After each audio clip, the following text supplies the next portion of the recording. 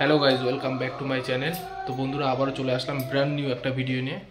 तो आज के बहुदिनेर एक ड्रीम पूर्ण करते जाচ্ছি আমি আর ফাল্গুনি। আজকে একটা রাইডে যাচ্ছি, নর্থ বেঙ্গল যাব। বেসিক্যালি আমরা নর্থ বেঙ্গলের কিছু কিছু জায়গা ভিজিট করব।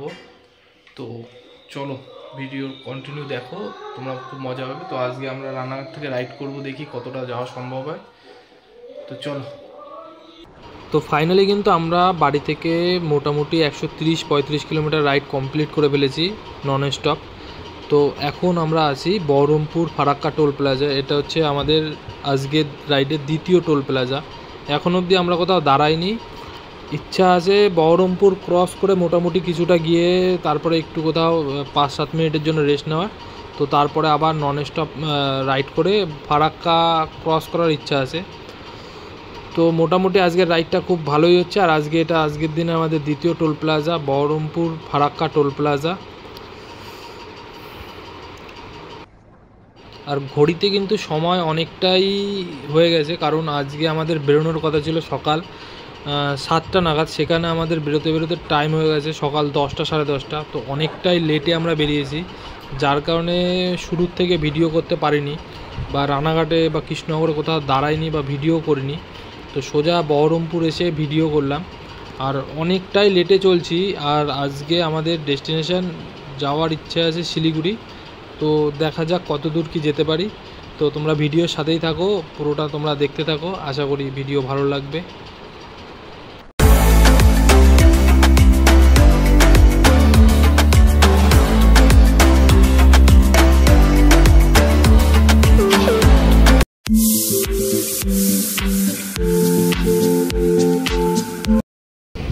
তো ফাইনালি এখন আমরা বহরমপুর থেকে ধরো 25-30 কিলোমিটার এসছি।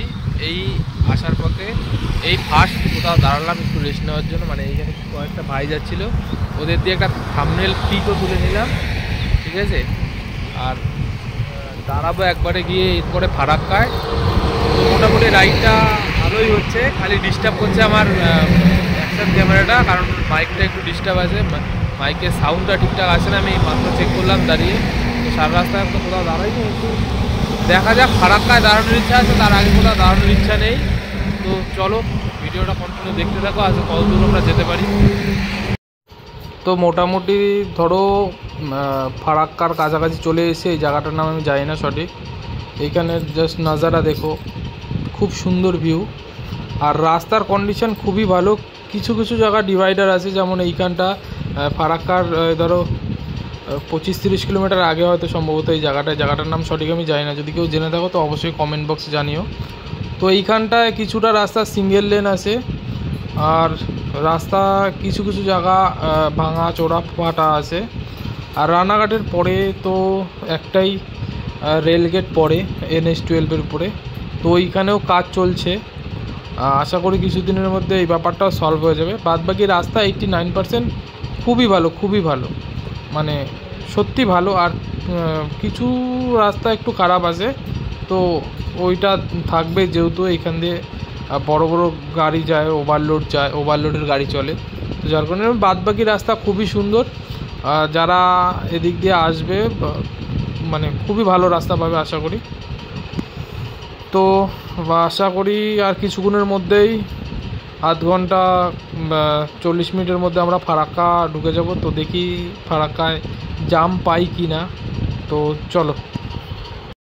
আর আমরা এখন যেই ব্রিজটা ক্রস করছি, এই ব্রিজটার নাম, আর এই নদীটা, যেই নদীটা তলা দিয়ে বয়ে গেছে, এই নদীটার নাম কি আমি সঠিক জানি না। যদি কেউ জানো অবশ্যই কমেন্ট করে বলো যে এই নদীটার নাম কি।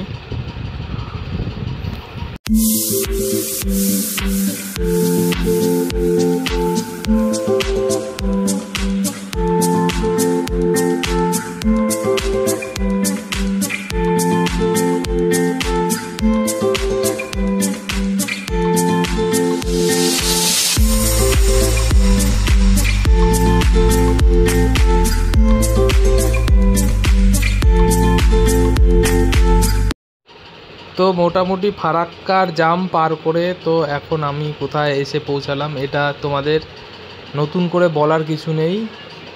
তো NH-12 মানে নর্থ বেঙ্গলের দিকে যেতে যে সব দিয়ে ভয়াবহ যে জায়গা সেটা হচ্ছে কালিয়াচক, জ্যামের জন্য বিখ্যাত মালদা কালিয়াচক। তো এইখান দিয়ে আমার আর ডিস্টেন্স ওই 90-98 কিলোমিটারের মতন বাকি। তো ভিডিওটা দেখতে থাকো। তো চলো কন্টিনিউ দেখো, ওইখানে পৌঁছে একবারে কথা হচ্ছে তোমাদের সাথে। তো ফাইনালি 6টার মধ্যে আমরা রায়গঞ্জ এসে পৌঁছে গেছি। আর আমার সামনে যে দেখতে পাচ্ছ যে আমাকে স্কট করে নিয়ে যাচ্ছে, ও আমার বন্ধু সুনীত, ওর রায়গঞ্জেই বাড়ি। তো আমরা এখন যাচ্ছি একটা চায়ের দোকানে চা খেতে। তো চলো, তো ফাইনালি আমরা এসে পৌঁছে গেছি চায়ের দোকানে চা খেতে। তো এইখান দিয়ে আমরা চা খেয়ে আমরা রুমে গিয়ে তোমাদের রুমের ডিটেলস বলবো, আর কোন হোটেলে আমরা আছি বা কোথায় আছি কি বৃত্তান্ত ডিটেলস তোমাদের দিচ্ছি। তো ফাইনালি 8-9 ঘন্টার জার্নি করে 450-400 কিলোমিটার ট্রাভেল করে আমরা এসে পৌঁছেছি রায়গঞ্জ। আমরা এখানে যখন এসেছি তখন হয়তো 6টা 6:30 মতন বাজে। তো এসে আমরা একটা এইখানে হোটেল নিয়েছি, ওই হোটেলে আসি। হোটেলটা বুক করে দিয়েছে আমারই এক বন্ধু বাড়ি আছে এইখানে ও। তো হোটেলটা তোমাদের দেখাচ্ছি রুমটা কেমন। এই হচ্ছে রুম, এই একটা বেড, এখানে ফাল্গুনি শুয়ে পড়েছে খাওয়া দাওয়া করে। আর এই একটা বেড, আর এই যে আমাদের বেডিং শপ, এইখানে হেলমেট সব রাখা, এইখানে শু রাখা আছে, এইখানে ব্যাগ রাখা আছে, কালকে সকালে বেঁধে আমরা বেরোবো। আর টয়লেটের কন্ডিশন, এই হচ্ছে টয়লেট।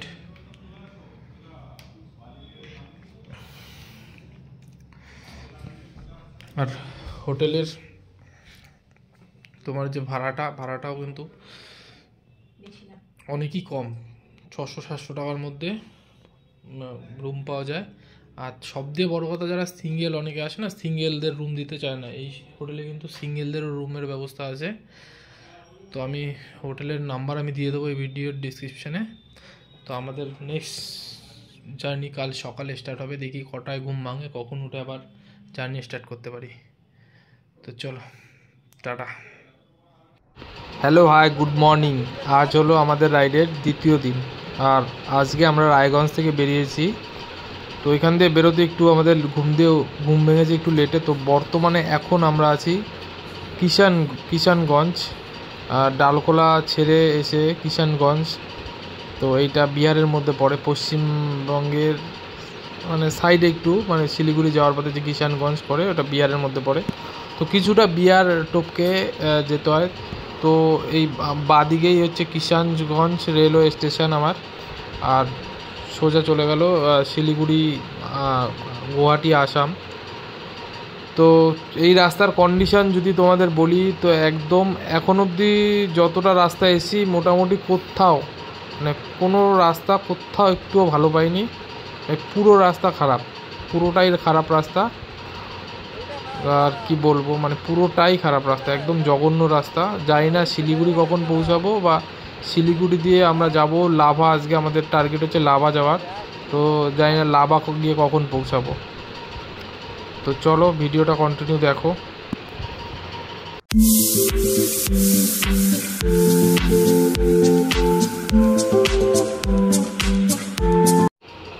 তো মোটামুটি আমরা ধরো শিলিগুড়ির কাছাকাছি চলে এসেছি। এটা হচ্ছে বিধাননগর দিয়ে একটু দূরে আছি। তো ডালখোলা দিয়ে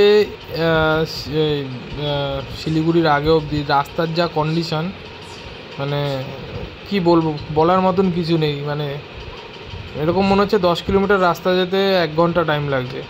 এত বাজে কন্ডিশন, খুবই সমস্যা হচ্ছিল ওই গাড়ি চালাতে ওই রাস্তায়। তো মোটামুটি এখন ভালোই রাস্তা। তো শিলিগুড়িতে আমরা দাঁড়াবো না, এখান দিয়ে আমরা টান লাভার দিকে চলে যাব। তো চলো। তো ফাইনালি আমরা এখন আছি, এটা হচ্ছে সেবক রোড। পেছনে যেটা যাচ্ছে ওটা আমাদের সেবকের দিকে যাচ্ছে, আর আমার উল্টো দিকে ওটা যাচ্ছে শিলিগুড়ির দিকে। তো আমরা আজকে যাবো লাভা, 90 কিলোমিটার মতো রাইড করতে হবে। দেখি কতক্ষণ লাগে। এখন বাজে ওই বিকেল 5টার মতন। আর আমরা এখন চলে এসেছি সেবক ব্রিজ, তোমরা দেখতেই পাচ্ছ, এটা হচ্ছে সেবক ব্রিজ। এইখান থেকে এখনও মিনিমাম অনেকটাই রাস্তা বাকি আছে, প্রায় ধরো ওই 70 কিলোমিটার মতন রাস্তা বাকি আছে। জানি না কখন গিয়ে পৌঁছাবো। তো আর আমার অ্যাকশন ক্যামেরাও চার্জ শেষ।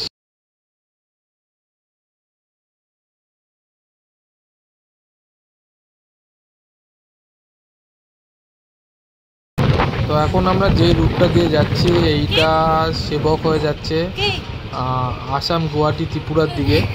আর ওই সামনে তোমরা দেখতে পাচ্ছ যে রেল লাইনটি গেছে মানে রাস্তার উপর দিয়ে, মানে মাথার উপর দিয়ে, ওটা হচ্ছে গিয়ে শিলিগুড়ি দিয়ে গুয়াহাটি যে ট্রেনগুলি যায়, তো এই দিক দিয়েই যায়। আমি একদম 100% শিওর না, জাস্ট আমি শুনলাম তাই বললাম তোমাদের। এখন যে ক্লিপটা তোমরা দেখছো এইটা আমার ফোনে ফাল্গুনি রেকর্ড করেছে। এইটা একটা ভয়ঙ্কর অভিজ্ঞতা, মানে মানে কি বলবো, প্রথমবার ও পাহাড়ে আমার সাথে। তো ও পেছনে বসে যথারীতি কান্না করছিল, মানে এমন অবস্থা ছিল রাস্তার, তোমরা দেখতেই পাচ্ছ ফগে কিছু দেখা যাচ্ছিল না। তো এইখান দিয়ে মোটামুটি 25-30 কিলোমিটার মতন রাস্তার বাকি ছিল। তো আমরা নিচে একটু দাঁড়ানো ছিলাম একটা চায়ের দোকানে চা খাওয়ার জন্য। তো ওনারা বারণ করলো আমাদের যে উপরে যাও না, উপরের অবস্থা খুব খারাপ। এবার নিচেও কোনো হোটেল বা রিসর্ট ছিল না, এমন একটা জায়গায় ফেঁসে গেছিলাম। তো রিস্ক নিয়ে উপরে যাওয়া ছাড়া হাতে কিছুই ছিল না। তো যাচ্ছিলাম, বললে বিশ্বাস করবো না, রাস্তার কন্ডিশন দেখো, মানে ফগে কিচ্ছু দেখা যাচ্ছে না, কিচ্ছু না। এতটাই খারাপ পরিস্থিতির মধ্যে দিয়ে গেছি আমরা সেদিনকে, তোমাদের বলে বোঝাতে পারবো না। তো যাই হোক, ভিডিওটা এইখানেই শেষ করছি। নেক্সট পার্ট আসবে লাভার। তো তোমরা অবশ্যই দেখো, আর ভিডিওটা ভালো লাগলে লাইক, শেয়ার অ্যান্ড সাবস্ক্রাইব আর অবশ্যই করো।